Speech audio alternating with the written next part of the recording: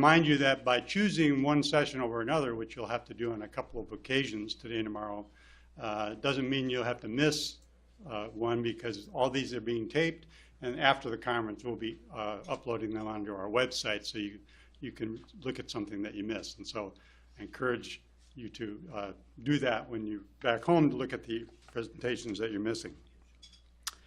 I'm Bruce Brabeck. I'm a board member of the Pipeline Safety Trust, and I'm just going to get this session going. This session is updates on industry efforts, and I want to say that as a board member, I strongly believe in the value of regulations and of public engagement in driving and in watchdog organizations like the Pipeline Safety Trust, that they all play an important part in moving safety, in driving pipeline safety. But what I want to say is I believe the pipeline industry has the greatest responsibility and the most able to actually make pipelines safer. And so, but in our current political climate, I don't see much or little chance of new regulations coming. And so I think this is even a time period when it's even more critical for pipeline companies to step forward and take more of a lead to do the things that are going to improve pipeline safety. Today we have 4 presenters, which is more than usual for this amount of time period. And they're going to be providing information on pipeline safety initiatives, on pipeline industry initiatives to improve pipeline safety. I know each of these topics could probably be a session of their own, so I want to thank the 4 of them for agreeing to fit their presentations into this smaller time period. And believe it or not, we're also hoping to have time at the end for questions. So with that in mind, I'm going to keep my introduction shorter, and hopefully we'll get to that. So keep those in mind, your questions, as we're going through the presentations. So I'm just going to say that, really announce the order that we're going in, who's who, and what they're going to be speaking on. You have information about each of the presenters in your packets, and they might also provide further information when they're doing their presentation. But we're going to be starting with engagement and conflict mitigation practices with Osamu Kumasaka, who's a junior associate at CBI, or the Consensus Building Institute. Then moving to Erin Kurilla, who's the vice president for operations and pipeline safety for APGA, the American Public Gas Association. Then we'll be going with Christine Sames, will be talking about AGA's peer review program and other efforts to improve safety. And she's the Vice President of Operations and Engineering for AGA, the American Gas Association. And then Lukaniuk will be doing third-party verification. She's the Director of Performance Partnerships, part of CEPA, which is the Canadian Energy Pipeline Association. So Osamu is going to start, but I'd like us all to start with a welcome, a round of applause, and thank you to our speakers.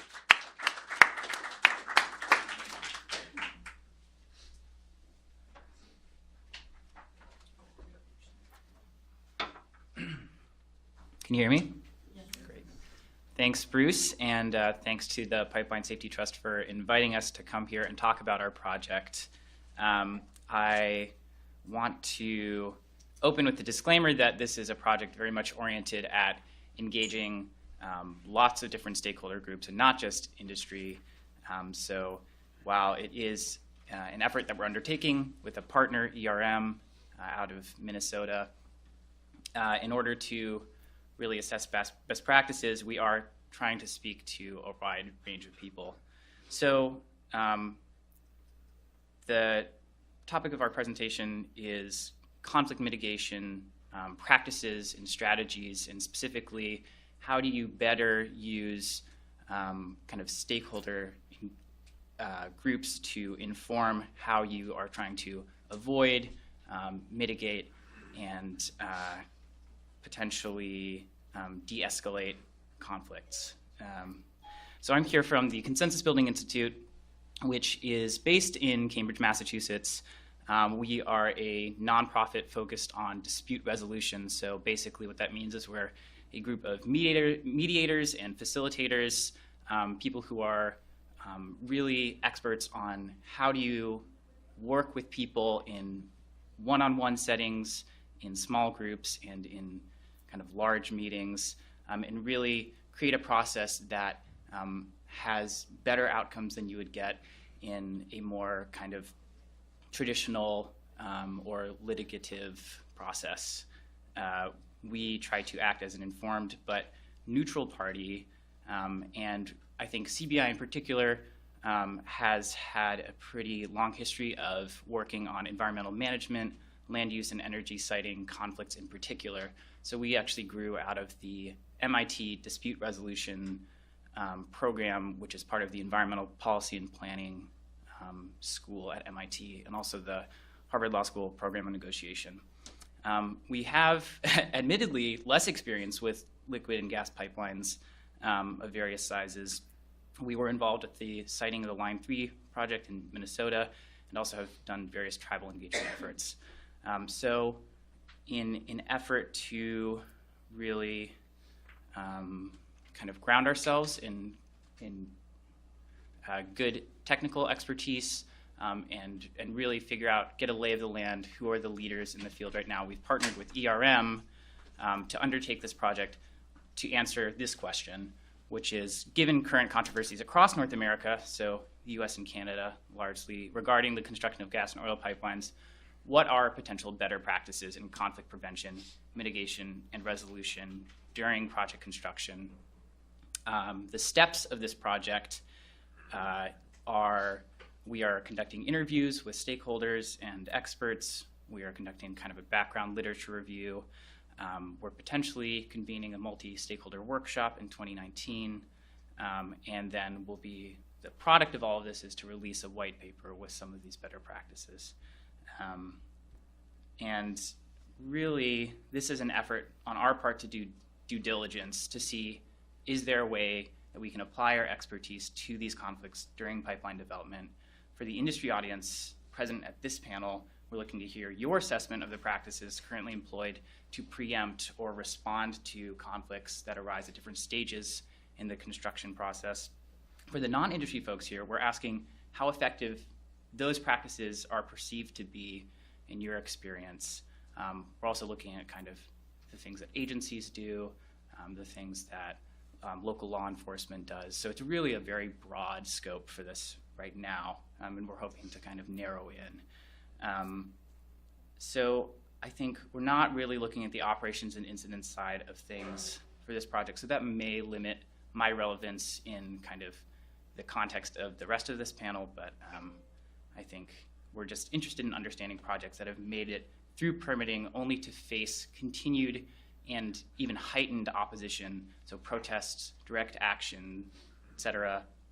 And we're looking at the conditions that have led to those conflicts snowballing into even worse situations than when they start out. So that's kind of the premise of the project. Oh no, this is weird. Oh, here we go. I don't know why I did that. So the question is, in a time of deep skepticism, I think nationally, globally, about kind of pipelines and their engagement with their kind of stakeholder groups, why try to do this? I think we have heard already in interviews, so we're about 30 interviews deep in this process, and we've already heard that this idea really raises flags for people, that the idea of conflict resolution really sounds like, are they trying to cover up or blow past the issues at hand? Are we really substantively looking at the underlying issues that kind of might eventually, during the construction process, manifest as, say, a direct action or other kinds of really potentially violent conflict?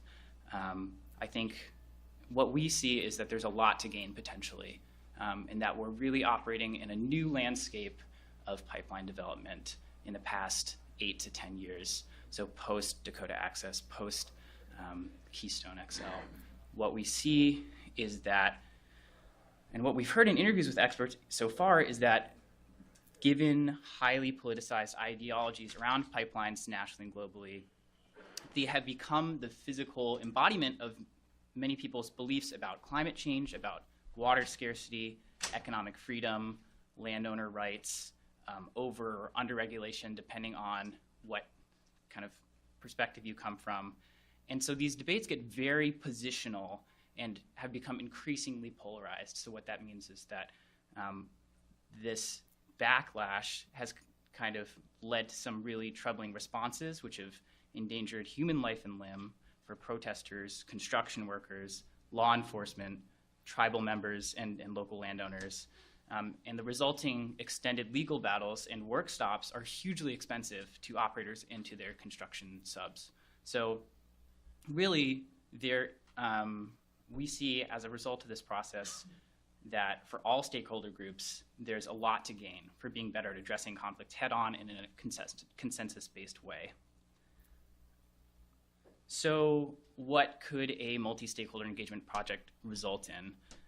Here we see some of the kind of values that you'd see across the spectrum of the kinds of processes that we facilitate. So a search for common complementary purposes, really designing processes that maximize the potential for the group that you're working with, and really undertaking joint deliberation and assessment about facts in order to kind of ground truth everything that you're saying. And in the end, what you have, we believe, are consensus-based conflict mitigation practices for this project, which would kind of have greater collective buy-in. So the question of kind of like, what are the steps of this? How do you differentiate this from standard kind of public engagement? Basically, most of our projects start with a stakeholder assessment and convening. So what that means is really, if you look at the criteria here, the people at the table have to be interested, they have to be respected in their respective spheres of influence, and they have to be affected by the pipeline itself. So I think we think really carefully about balanced representation to kind of achieve broad thinking and give the groups that we work with legitimacy. And part of that goes hand in hand with that is kind of the governance of these groups and how do you kind of ultimately have decision-making authority about the products that come out of them. Here you can see, oh, did it change? Oh. Okay. Here you can see, and I think what I really want the takeaway here to be is, for us, public engagement is only one component of the process. Awareness raising is only one component of the process. So I think when you're thinking about how does this tie into other things that we do, this structure or other structures that we've used is a more directed approach. And I think it's important to note that not all stakeholders can be involved in the same ways. I think we've seen a lot of research from people like Troy Ide, who was a keynote last year about how tribes can't be approached in the same way as landowners and can't be treated as standard landowners. And I think the keynotes earlier really did a good job of queuing that up. All right, I'm running a little over time, so I need to hurry up. This is just basically the approach that undergirds all of our projects. We have this kind of mutual gains theory. Some of you may have read Getting to Yes or Dealing with an Angry Public, are two books that are really the theoretical underpinnings of how we work. And we believe basically that you get better outcomes by having consensus-based projects. And that you're stronger together, which is what that cartoon is. And then we believe that it's important to kind of have a neutral but also kind of informed facilitator to move the process along and to really create buy-in from all parties. Here's some potential topics that we've hit on. As you can see, it's a very broad list that's come up in interviews. We're really trying to pick a couple to delve in, but as we're still partway through, we haven't really chosen specific avenues yet, so would love your input. I think if you can, here's my email. Please feel free to follow up with me. I also wanted to take the opportunity to plug, we actually have a new book out with Anthem Press. It's available on Amazon. It's very expensive for the hardcover, but the ebook is something like $30. And it's all about kind of identifying recent trends in energy-based land use conflicts and how specifically, what are the different collaborative tools that you can use to start to handle them. So thank you so much for your time, and I look forward to the discussion.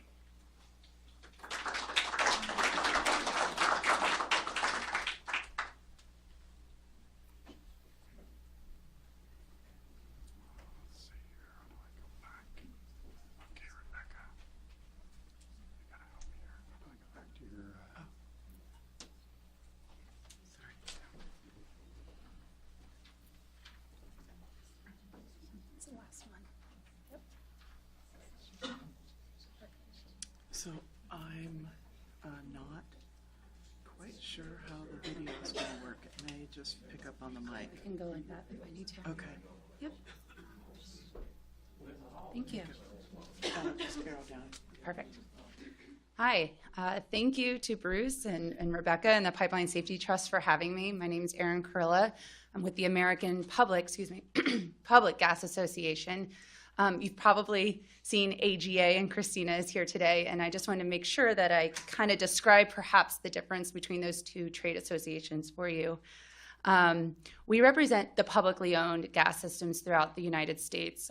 Many of you might not be aware that there's over 1,000 publicly owned gas systems, and those are different than the investor-owned. The biggest of which is Philadelphia Gas Works. So many of you probably have heard of them. And these are distribution companies owned and operated by the cities or towns or municipalities or counties in which they operate. Historically, how those came about were when large gas transmission pipelines came through, specifically in the Southeast and throughout Texas. Sometimes the investor-owned utilities did not see the net benefit of providing gas to some of those very small rural communities. And so therefore the towns decided that they wanted to build the gas system themselves. You're probably very familiar with some publicly owned water systems. If you're like me, I pay my water bill to my town.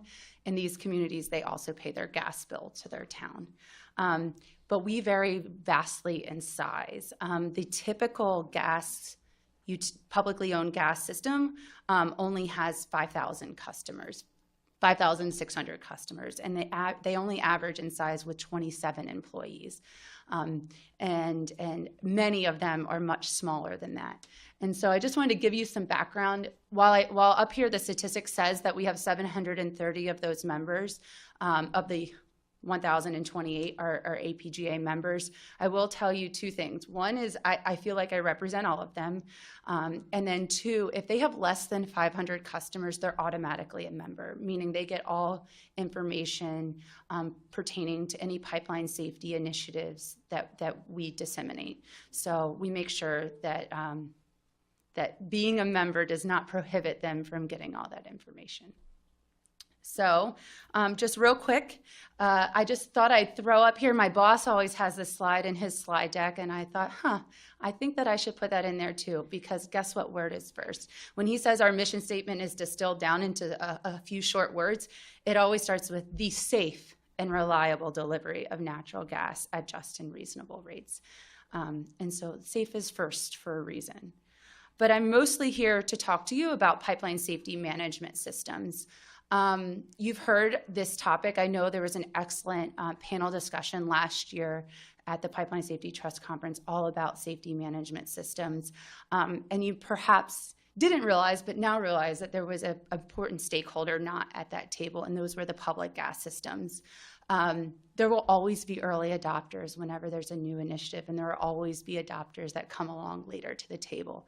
But I am here to tell you, we are now at the table, and instead of me telling you all about why we're now at the table, I'm going to show a video, and my members are going to tell you. And hopefully, and I'm going to hold the mic up.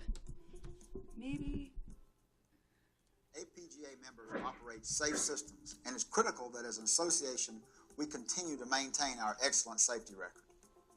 In 2015, during the aftermath of several significant large pipeline incidents, and at the recommendation of the United States National Transportation Safety Board, the pipeline industry came together to develop a safety management framework for pipelines. The goal of this framework was to further assist pipeline operators achieve the ultimate goal of zero incidents. The result of this effort was the publication of the American Petroleum Institute's Recommended Practice 1173, titled Pipeline Safety Management Systems, or PSMS for short. The recommended practice describes 10 elements that embody a systematic approach to pipeline safety management. The authors intended for these elements to be flexible and scalable, so it can apply to systems of all sizes. At the core of PSMS is the concept of continuous improvement. The hope is that the framework within the recommended practices helps operators determine where they can continuously improve. The 10 elements within PSMS are at the core of what we do as pipeline operators. They include management commitment to a positive safety culture, stakeholder engagement through public awareness, emergency preparedness and response, and overall risk management. As prudent operators, we each perform all these activities in our day-to-day operations. PSMS outlines a methodology to look at all our practices and procedures to ensure that they are consistent and complete. The first step any operator should take when they begin their PSMS journey is to perform a gap analysis to compare their existing practices and procedures to those recommended by PSMS. Thankfully, there are tools to assist us in doing this. The PSMS industry team, which consists of representatives from all sectors of the pipeline industry, including APGA, developed a planning tool to aid operators in identifying their gaps. The APGA PSMS task group then adapted that planning tool to fit the needs of the municipal gas systems. This tool is meant to show us where each system can improve. In our industry, an incident on any of our systems can potentially impact every operator in the country. With this in mind, APGA's Operations and Safety Committee recently developed the APGA Commitment to Pipeline Safety. As APGA members, we must be committed to continuous improvement in all areas of pipeline safety. This includes promoting positive safety cultures within our systems, developing and maintaining safe work practices, and verifying that existing operations and safety practices are improving pipeline safety. The PSMS framework is a guide to help us to ensure we are showing improvement.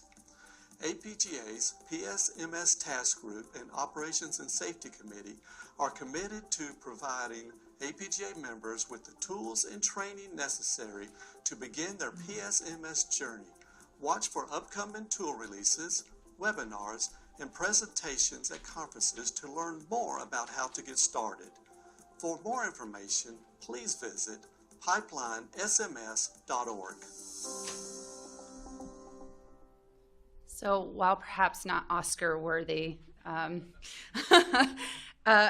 use that video for internal use a lot because, as you can see, having those members kind of speak to the other APGA members in that way really means a whole lot more than me or someone else from the regulators or whatever talk to them about how important some of the elements within safety management systems are. They mentioned in the video APGA's commitment to pipeline safety. Please don't misunderstand. Of course, we've always been committed to pipeline safety, but we've formalized that this year. And what you'll see is a thread of safety management systems run throughout it. And so what I've done is I've taken those 10 little tiny things and made them perhaps micro larger in the next slide. But while we never actually say the words API RP 1173, that big document that talks about it, what we've done is said, you know what, I can promote a positive safety culture within my system. I can develop and maintain safe work practices. You know, I can respond effectively to pipeline incidents. So what I've done is tried to really distill it down. Again, I'll keep kind of reminding you for these systems of perhaps 25 employees that they don't have to have this huge, big program in order to be a part of the safety management systems discussion. Instead, they just need to really look at the elements and be able to apply them. How am I going to help them do this is I've developed a planning tool. I've taken what the industry team has done for the large interstate operators, the liquid operators, the big investor-owned utilities, and really distilled it down and kind of mirrored some of the tools that they've done and just translated it for the APGA membership. It's a 50, I keep using the wrong words, but it's a question, but not really a question. It's a survey, but not really a survey. It's a tool that is for really, and I'm going to put it up on our website so that any system can use it, be it a small system that's an investor owned or there's some, you know, smaller gas transmission operators with less than 50 employees. They are welcome to use it. It's free for all to go on the sms.org website. They'll pick an answer that most reflects what they do, and it'll help them identify areas of potential improvement. And just real quick, I'm going to show you one example, again, in font that's not encouraged for PowerPoint slides. But one element of safety management systems, just for way of background, is around continuous improvement of processes and procedures, and also even data related to your system. So one of the 50 questions might be, pick one of these that most reflects your system. And so, okay, are your employees trained to identify and suggest improvements that they find in the field, be it a mapping correction, a tool that they don't have that perhaps they need to fulfill a procedure? Okay, that's kind of fundamental, right? I hope that they're at least trained to identify those. Are they trained and encouraged, though? So the next level up would be really kind of training them and encouraging them to submit those. C would say, hey, you've trained and encouraged them, but do you have some sort of system in place to help them submit those ideas? And I don't care, I always say, I don't care if it's an index card back at the field office where they can jot something down. Some way for them to get that improvement suggestion into the right hands. And then D is, not only have I trained and encouraged them and created a system for them to do so, but I'm going to follow up with them, regardless if their suggestion was put into practice or not. I want to make sure that I keep that continuous feedback loop going. So that's an example. There's going to be 50 plus version, or these, I know they're not a question, they're just, I don't know what the right word is. I'll figure it out eventually, of these statement type groupings. So that's what we've developed. It'll go live in 2 weeks. And it's going to be for APGA members and whoever else finds it on our website to use. And I sent this out to a group of my members and asked them to go through the questions, and I got the ultimate response back, which was one gentleman from a very small utility in Alabama emailed me and said, you know what, Erin, you know, I'm kind of A for everything. But just in making me read through this, I found a couple of things that I can really quickly implement to get better. And then it's like jackpot. We did it, right? I don't care if you can't do everything tomorrow. Let's just, you know, maybe on an annual basis, you'll walk through these 50 questions and just find little nuggets on how to get better. So what is APGA doing? Oh, I probably just messed up. No, I didn't. We're embracing the concepts within SMS. We're participating in industry efforts. I'm on the industry implementation team. We're translating this stuff into language that fits public gas systems. I think one of the big hurdles and the reason why we weren't here last year is just some of the words, processes, and procedures, and, you know, kind of overwhelmed some of the APGA members. And when we started translating it into words that fit them, all of a sudden it became a lot realer for them.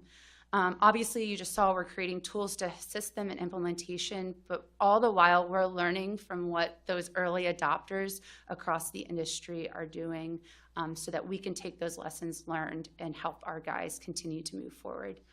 You know, with a last note, I'll just say, you know, it's going to be a long road. And anyone that talks about SMS, you know, it's not a regulatory requirement, but we all recognize that, you know, sometimes those prescriptive regulations aren't what moves the needle. It's changing that culture within a system that can really help. So you know, it's going to be a long road. I have my early adopters within my membership. And, you know, hopefully all 730 will come along for the ride at some point. But, you know, we're just going to take little baby steps and just get them taking that survey and think about what they can do just a little bit better in that next year. Thank you.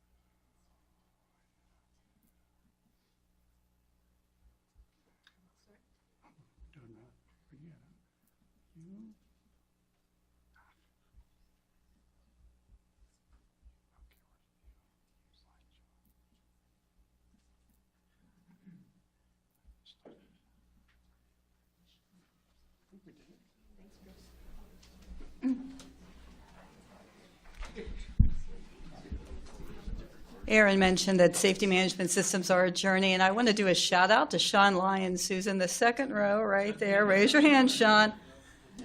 Sean's great about, has been leading this for the industry and bringing us all together, and it really is a journey.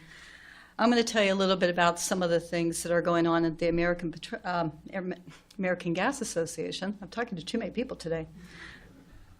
And let's see, how does this work? There we go. So a little bit about AGA. First, we are the individuals, the group that represents those that deliver natural gas to homes and businesses. Basically, the other part of APGA. We're also 100 years old this year. We actually celebrated that and a number of other things. A little bit of history in case you get the slides later. Safety really is at the core of everything that we do. These are just a snapshot of some of the initiatives that we have underway. It's not all of them. There are more. And I'm just going to cover a few of these, but I'm going to start with one of my favorite programs, which is the AGA peer review program. I like to say it's gas companies helping gas companies. This is a voluntary initiative that companies sign up for. What they basically agree to is to have their company reviewed by subject matter experts in the industry, other gas companies, and provide back as many people as they get for their peer review to other companies to help them. So really gas companies helping gas companies. By the end of this year, we'll have about 81% of the mileage covered by our peer review program, and I expect that number will definitely go up. How it works, first, each company agrees to host a review, bringing in subject matter experts to analyze the company. They also agree to send out subject matter experts to other companies. This is done within a 3-year period of time. Why 3 years? Because this really does take a number of resources. Just as an example, AGA staff alone, my team, we're putting in about 50 weeks a year on this effort. Don't have that big of a team. I do a number of them, in addition to others. So the host company brings in the subject matter experts. We break it into topics. So our subject matter experts are focused on a very particular topic, and I'll get to that in a minute. At the end of the week, we provide back to the company our analysis. Here's what we think you're doing really well, and here's where we think you have opportunities to improve. It's then up to the company to decide what to do with that information. But you're not part of this program unless you want to improve. There's no incentive for you to be part of this program unless you want to take those results and do something with them. Most reviews are about a week altogether, 3.5 days. And we do shorten the small company reviews to 2.5 days. When a company joins, they are required to cover 3 topics: safety culture, pipeline safety risk management, and worker procedures technical training. There's a little bit about each of those topics, if you can actually read it underneath, but again, I know you'll get the slides. Once they complete those topics, they can then choose 2 topics for their second review. First one's mandatory. You have to cover safety culture, you have to cover pipeline safety risk management, and you have to cover worker procedures technical training. But on that second round, you get to choose. Do you want damage prevention? Do you want records? Do you want quality? Do you want key performance indicators? There's a whole menu that they could choose from. And it's the same process, basically a week, subject matter experts on those very specific topics, people that do this every day, that know where to dig to find things, are the ones that are involved. In addition to our peer review program, we also have a best practice program that allows companies to do two things. It allows them to benchmark themselves against others and learn from those that are top quartile. So the way that works is every year we choose different topics. You can see the 2017 and 2018 topics on the screen. We create data packages. We bring our subject matter experts together. We create data packages for each topic. That goes out to the industry. They provide that information back. And then we determine, again, going back through analysis, who are the top quartile individuals. We also look for individuals at companies that are doing something that are a little unusual, maybe something that hasn't proven itself out yet, but has a lot of potential. We bring all of those individuals into roundtables, one roundtable on each topic. That's where the rest of the industry gets to learn from those that are top quartile so that they can also improve. We're also doing a lot on infrastructure replacement. We have 41 states now that have what we call accelerated rate replacement programs to get rid of cast iron, bare steel, historic plastic, things that may be reaching the end of their service life.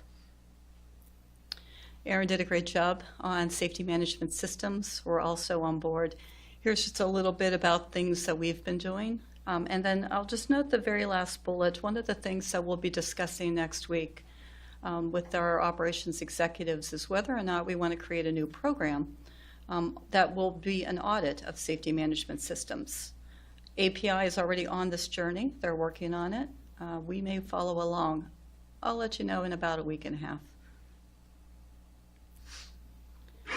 We're doing a lot on workforce development because we need qualified individuals in our industry to do the work. I don't think any pipeline company out there, whether it be the American Gas Association members, APGA's members, API's members, INGA's members, none of us want unqualified individuals doing the work. That's just a bad day in the future. So we're spending a lot of time and effort on initiatives to train and qualify individuals. These can be natural gas boot camps, partnerships with local trade organizations, local colleges. We also are involved in the Center for Energy Workforce Development, Veterans in Energy. There's a bunch more that's not on this slide, including efforts with government. One of our new programs, new projects, well, a couple years old, we've been working on this with the Distribution Contractors Association, is on operator qualification integrity. There's training an individual, and then there's qualifying an individual. And the analysis I usually use is a doctor will go to medical school. That doesn't mean he's qualified to be a doctor. He has to pass his boards and do internships and do a lot of other things to become a doctor. Similar in the pipeline industry. You do the training, and then you're making sure that the person has the experience and is truly qualified to do the work. So what we've done is we wanted to assure OQ integrity. So it's a program, and let me just get to some of the elements. It's 3 parts: people, processes, and program validation. We sent this document out, so we created a document, we sent it out to a wide variety of stakeholders, including the Pipeline Safety Trust, our federal and state regulators, everyone we could think of in the industry, and said, tell us what we missed. Tell us how we can make this document better. We're now finalizing the document. We had about 500 sets of comments that came in, close to being finished. We'll be pilot testing this in Washington, New Mexico, and Michigan starting next year. That pilot will include the pipeline operators, the state regulators, contractors, and third-party vendors. I'm kind of excited about this one. We're also spending a lot of time and effort on cybersecurity. We see this as a leading threat, and we want to take it seriously to the point where we created something called the Downstream Natural Gas Information Sharing and Analysis Center, the DNG ISAC. And I finally was able to say that all in one breath. It's taken some practice. Think of it as a sharing of information between operators, from operator to operator, but also government to operators and operators to government. We're doing a lot also with mutual aid, something that, and you see just 3 instances here, we're providing mutual aid. By the way, if you haven't met from my group, Jackie Malatesta, she not only works on public awareness, but she's also working on mutual aid. She's with me. So if you see us sitting together, come up and say hello. She can talk to you about all the things we're doing with mutual aid. It's really when a company has an issue, whether it's man-made or whether it's natural, think Katrina, think Superstorm Sandy, or the Massachusetts incident. It's the ability to send people from other companies to help the company out. Lots of efforts on publications, conferences, and workshops, which I won't get into. The SOSs, by the way, are surveys that we do. We do about 100 a year. Company has questions, we get them answers pretty quickly by sending a broad survey out to the entire industry to help them out.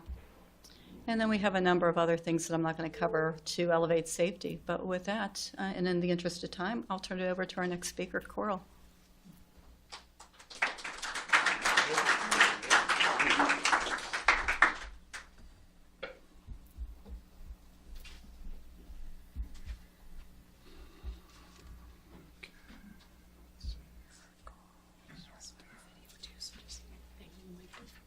I think so, and they'll turn the volume up.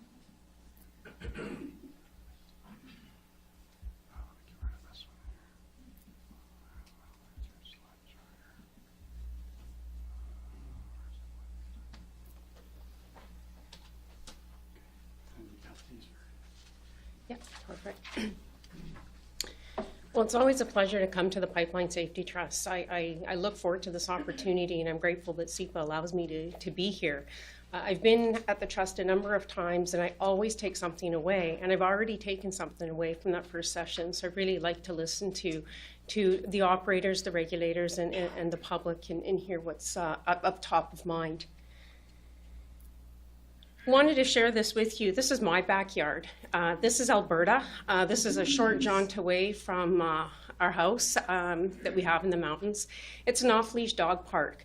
But I wanted to share that with you to let you know that the environment is deeply important to me as it is to all of you, because this is where I live. With that, another value that I hold really important is safety. And it's because of that I chose to work in an industry that also holds those values around safety and the environment. When I look at CEPA, and when I say industry, I am talking about energy transmission pipelines. CEPA's members shown here, they do not compete on safety. They agreed to that years ago, and they've committed to that. They work collaboratively to deliver the energy we depend on safely and responsibly. The companies in CEPA's membership are large, and we have small companies. Some are federally regulated and some are provincially regulated. These 11 transmission companies are responsible for 90% of the crude oil and natural gas Canadians count on.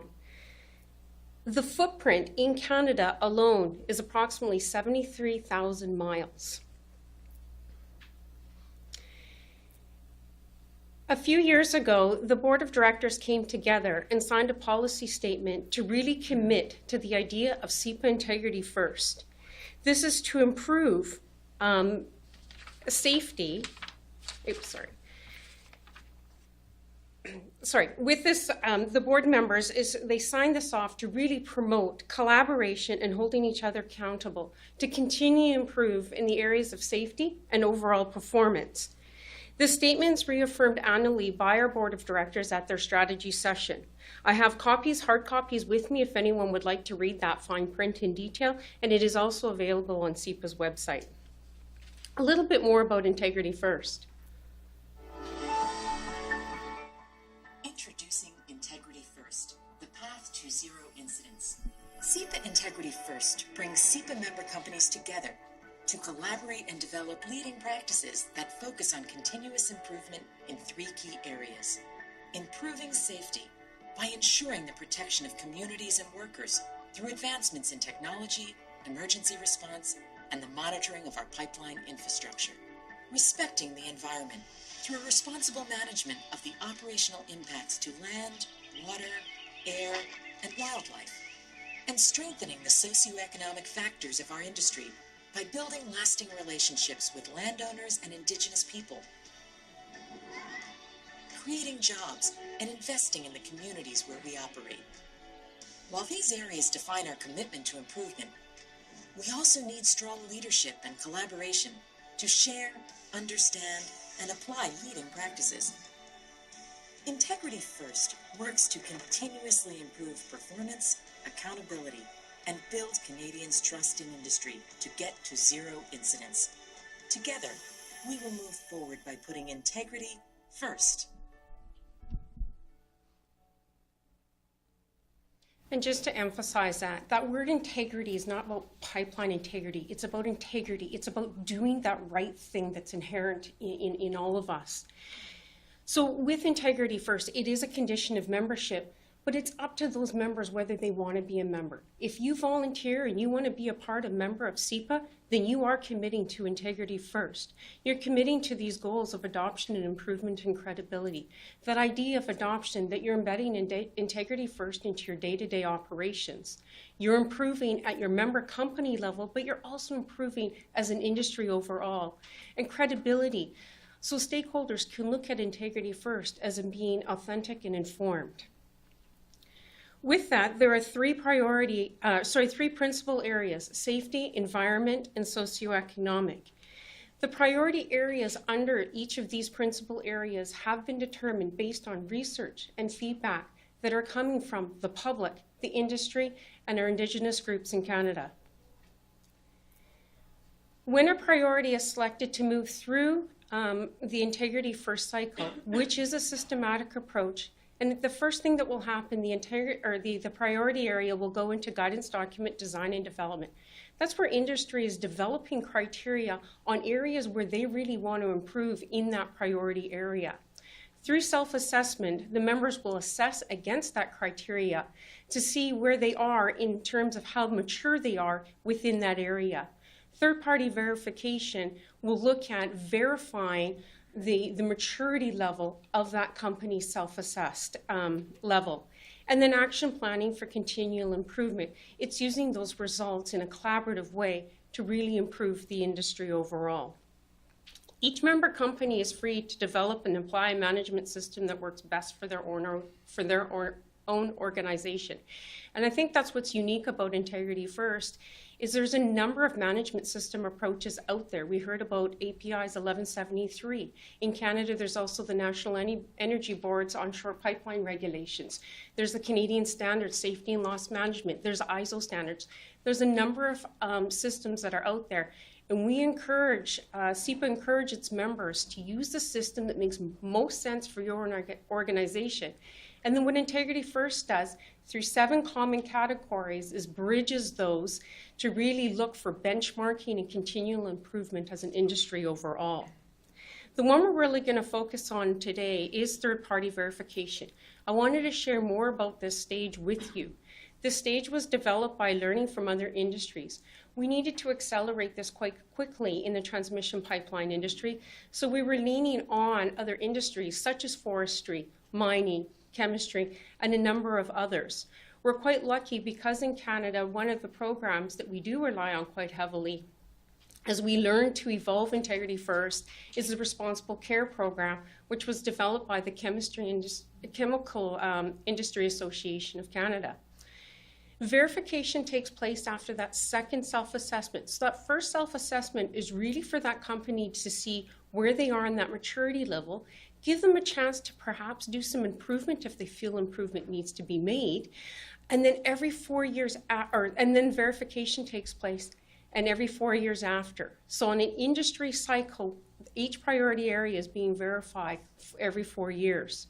The verifiers come in and they independently evaluate the the company's self-assessment maturity level for that priority area. So keeping in mind, those priority areas are things like emergency management, pipeline integrity, water protection, Indigenous relations. There are a number of them. We have 10 in total. The verifiers are also looking to see how the companies are assessing the broader adoption to the Integrity First program. Are they really inherently embedding it into their day-to-day operations? And third-party verification was introduced in 2016. Now, as we moved forward with third-party verification and developing that stage, it was very important for us to ensure that there was independence. So one of the things, there's a few bullets here listed, and I wanted to emphasize those because independence is key for that credibility. We needed to make sure that there is rigorous conflict of interest protocols in place. They cannot have worked for a minimum of 2 years with any of CEPA member companies, and they cannot work for any member company for at least a period of 1 year once third-party verification is completed. They can't have any legal or beneficial ties to any of the CEPA member companies, and they cannot consult during the verification, really looking for that independence. To ensure that those verifiers were credible to our members, we needed to ensure they had strong qualifications. They needed to be they're competent in the pipeline industry. They understand the terminology, they understand how the operators conduct business, they understand upstream, downstream, so they just making sure they're very qualified. They also have to have a minimum of 5 years in verification, auditing, or certification. And plus a number of other things, ensuring confidentiality is in place, training, and quality assurance. So with our verification methodology manual, this manual is approximately 70 pages long, but it allows the verifiers that come in to verify the CEPA member companies. It provides them that structure to do it in a very consistent way. It also provides CEPA and the member companies with an understanding of what is going to take place within a verification. The verification manual outlined not only the requirements that we just had a quick look at, but it's also going to outline the roles and responsibilities for the verifiers, for CEPA and the member companies. It's also going to outline how to plan for a verification, how to conduct a verification, and how to report on a verification. It will also outlines, one of the appendices outlines what happens if there's a dispute. So it goes through dispute resolution and how that can be escalated. There are 2 outcomes. It also talks about within the manual, and those 2 outcomes, a company will either be verified or non-verified. There's no gray in this. The verifier will conclude a self-assessment verified at the self-assessed maturity level, so as long as all criteria are verified within that priority area. Damage prevention is currently happening right now, and there's approximately 50 lines of criteria that the verifiers are looking for evidence against from each of the member companies. Our members need to meet those verified, they need to provide evidence for all 50 lines to be determined verified. This takes place immediately after the self-assessment. The self-assessment results are due August 31st. Verification will then take place between September 15th and November 15th. We want to ensure that information is timely, so verified results can then be used for continual improvement as people plan and budget for that coming year. Currently, so it started in 2016 with emergency management. We then moved into pipeline integrity and control room management, and underway right now is damage prevention. So all priority areas will eventually, as they move into the cycle, they move into that stage 4, will be verified. And then once you're in that cycle, it happens. So 4 years later, so emergency management is due for another verification in 2020. That's the industry cycle. Our companies can verify. If they're making improvements and they want to see where they're at, they can self-assess and verify anytime in between that industry cycle. But it's the industry cycle that allows for that benchmarking to see how industry is doing. Now, I've seen a lot of change. I've been a part of Integrity First from the get-go, and you know, it certainly has evolved over the years. But I wanted to share, I saw verifiers recently, one's up in Edmonton, one's in Calgary right now, verifying two of the companies. And I wanted to hear from them so I could share with you what are their observations. And these are just a few key things that I wanted to share, that they are seeing improvements to the management systems made by all companies over the past 3 years. Member companies have increased their understanding of what it takes to sustain effective management system. And that word sustain is really key. And they're seeing better evidence through documented processes, procedures, and other tools. They're learning too that the member companies are taking that, what's shared through our work groups and through our knowledge networks and how they collaborate and share with each other. They're using that information, and the verifiers are seeing that it's starting to accelerate progress in the maturity levels. And what our members are saying about Integrity First, you know, as one of my colleagues over here said, you have your early adopters, and it takes time for others to come on. More recently, we sort of did a roundtable. We have Integrity First champions. There's one champion per company. Some of these comments have come from them. Some have come from others, but the fact that they do not compete on safety, it's about being humble, it's about being honest. So this is about improving. This is not about one-upping another company. It is not about competition. It is really about coming together. Integrity First is providing that consistent approach. It's bridging, it's taking those common elements from those systems and really bridging and putting that consistent approach in place. It's been a strong catalyst to having a strong management system. It's facilitating industry collaboration and allowing members to focus on the meaningful priorities that are important to all stakeholders, such as water, such as damage prevention, and a number of others. There's been a lot of movement with Integrity First, and through recent conversations over the last little while with government, regulators, and other stakeholders, CEPA's Board of Directors introduced a new membership category called Integrity First Partner.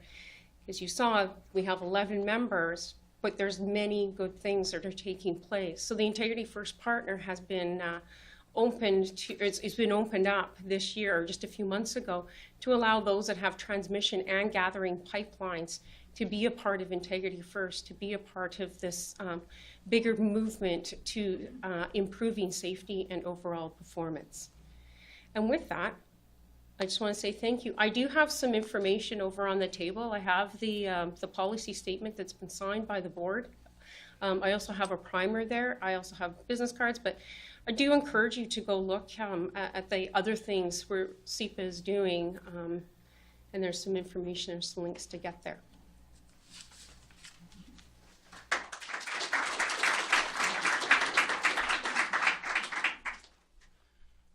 Wow, I didn't expect that. We really finished with time for questions. You know, it's like I'm just not used to seeing that, and I've been coming to these conferences for many years. So thank you to our panel. If you can give them all a hand for doing such a great job. I do want to say, you know, sitting there, I realized that is a lot of information in a short period of time. And if you're familiar with some of these programs or work in the industry, you probably, it was just a real, a pleasant update. But if you're like me, a lot of this stuff is even new to you, or some of the public that are here aren't even aware of some of these programs. I'm sure it was pretty overwhelming. So I'm glad to know. I just want to remind you that all this is on. It has been taped, and so you can go back to the website later, look over some of these great slides that have a lot of detail on them. And you can go onto the websites, as Coral and others were recommending, to get more information. But there is, as you can see, there's a lot going on that, as I said in the beginning, that I think really is the responsibility and the ability of the pipeline industry has the most ability to make a difference. These are some of the things that we're seeing today are the ways they're trying to make that difference. So I hope you've thought of some questions. If you weren't too overwhelmed, I was trying to write some down, then I went, I don't even know if I'll remember that question by the time it comes back. So anybody have a question for any of our members? And I think the room is just, we'll have to just talk loud and hopefully that works instead of waiting for them to come up here.